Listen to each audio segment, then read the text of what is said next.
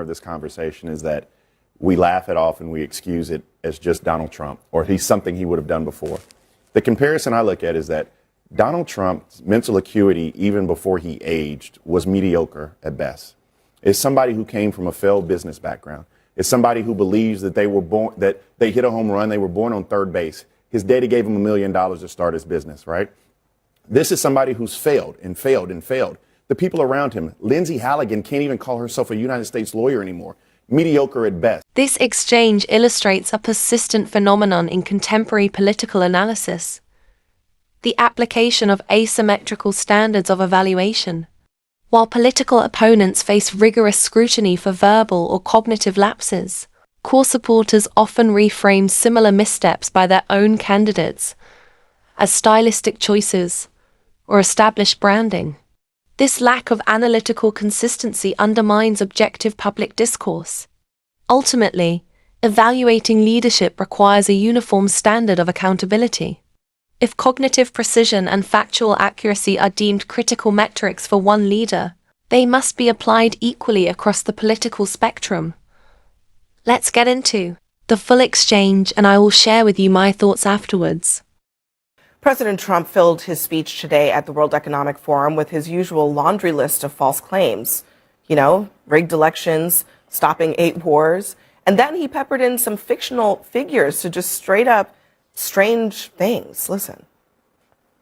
Domestic steel production is up by 300,000 tons a month. We've secured commitments for a record-breaking $18 trillion, more than $19 billion in fraud that was stolen by Somalian bandits. You know, they're pirates. Windmills all over the place. Destroy your land.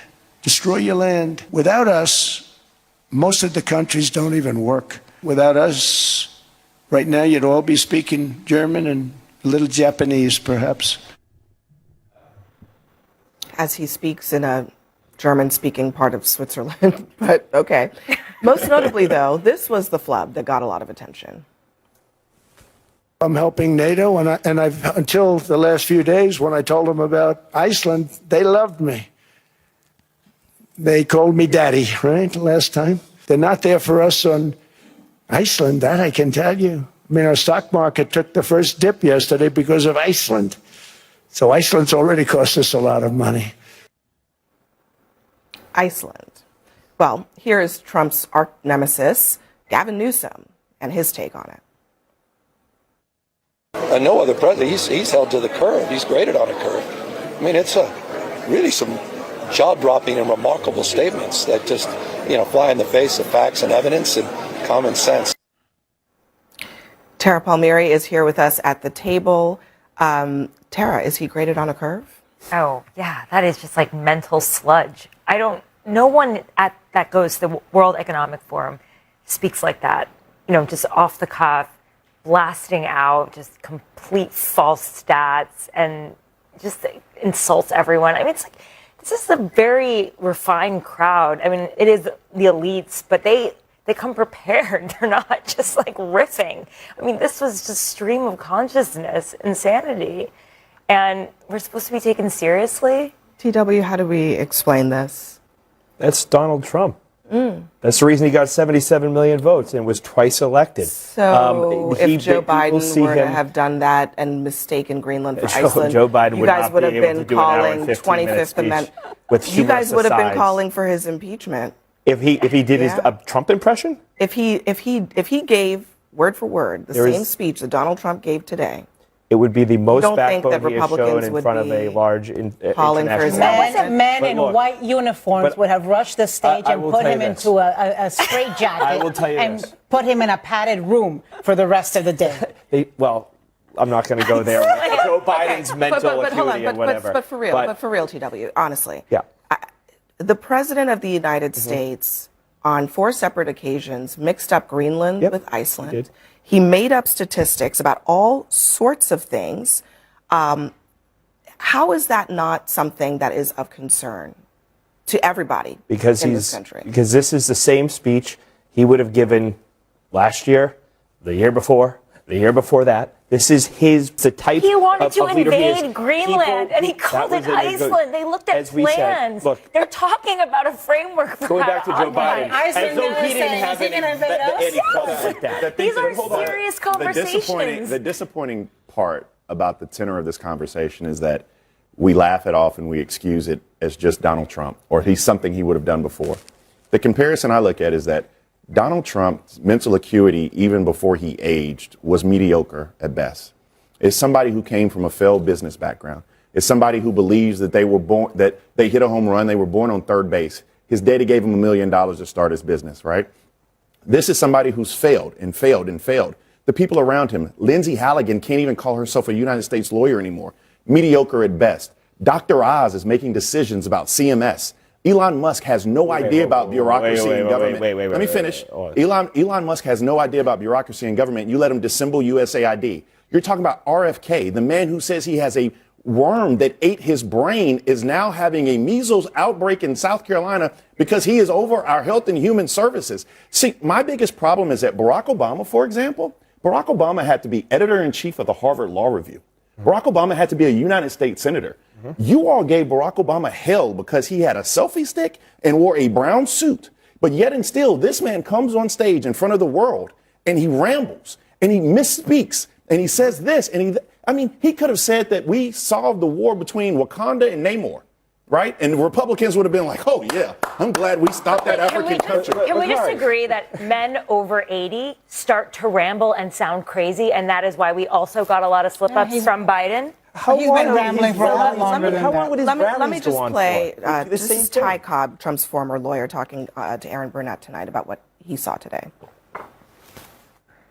This is a man who is demented, and his narcissism has run amok. And I don't think there's anybody outside the boundaries of the United States who believes for a second that Trump is sane at this stage of the game. And those in the United States are merely in denial or so invested in him they can't accept what their lying eyes tell them. And some of those people that he's talking about are also telling Americans not to see what they actually saw. Caroline Levitt flat out denied that he mixed up Greenland and Iceland. He said his written remarks referred to Greenland as a piece of ice because that's what's in it. You're the one mixing He was calling Greenland Iceland. Yeah, land of look, I don't know. I'm sorry, but like Caroline Levitt is straight up expecting Americans to believe that the piece of paper said a piece of ice, and then Trump said Iceland 4 times.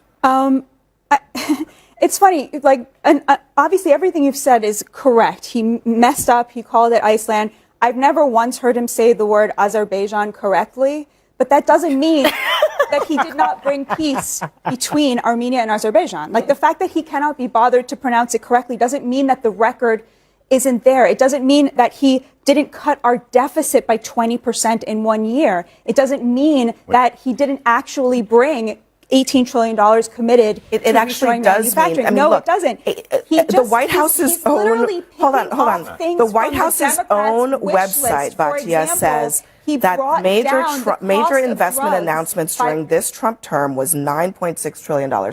So even his own administration is saying that is not true. No, that's the website. But I mean, I can tell you who has made the commitment. So you can't trust WhiteHouse.gov? I don't know what to say. I can tell you who the leaders are who have committed them. They are built into the actual trade deals, like South Korea, Saudi Arabia, the UAE. I'm literally reciting facts to you of things that he's done, and you're telling me I'm trying to recite the actual list of accomplishments. This is not for example, hold on. This is not a debate about his accomplishments. For example, banning banks from owning single-family It's actually not a debate about his accomplishments. It's a debate about whether he can give a speech while actually telling the truth. But that's the question. No, listen, what Gavin Newsom said was that he gets graded on a curve. And I think there is no discussion that Donald Trump gets away with doing things and saying things that no other normal precedent or human being would get away with. He's amassed a $1.4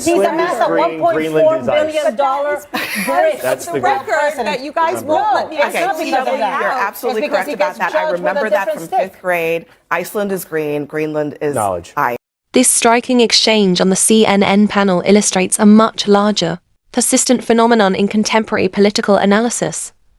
The systemic application of asymmetrical standards of evaluation.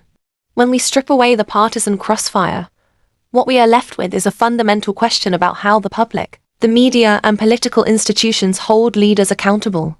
For months, the political discourse was dominated by rigorous, unrelenting scrutiny regarding the cognitive precision and verbal clarity of elected officials. Every stumble, every misstatement, and every awkward pause was framed as a matter of national significance. Yet, as this broadcast demonstrates, when identical rhetorical lapses occur on the other side of the aisle, the analytical framework shifts entirely. Core supporters and media surrogates are forced into an exhausting exercise of damage control, attempting to reframe objective errors as deliberate stylistic choices, countercultural branding, or harmless eccentricities. This double standard does more than just create awkward television moments. It actively erodes the foundation of objective public discourse.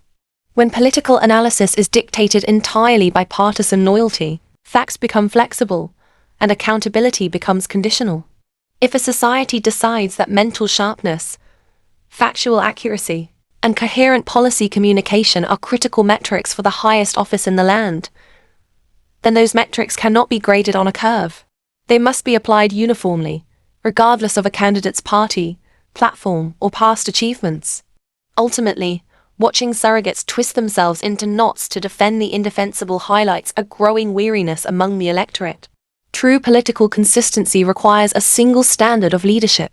If we demand precision from one leader, we must demand it from all of them, otherwise, the process ceases to be an evaluation of fitness and becomes merely a reflection of our own biases.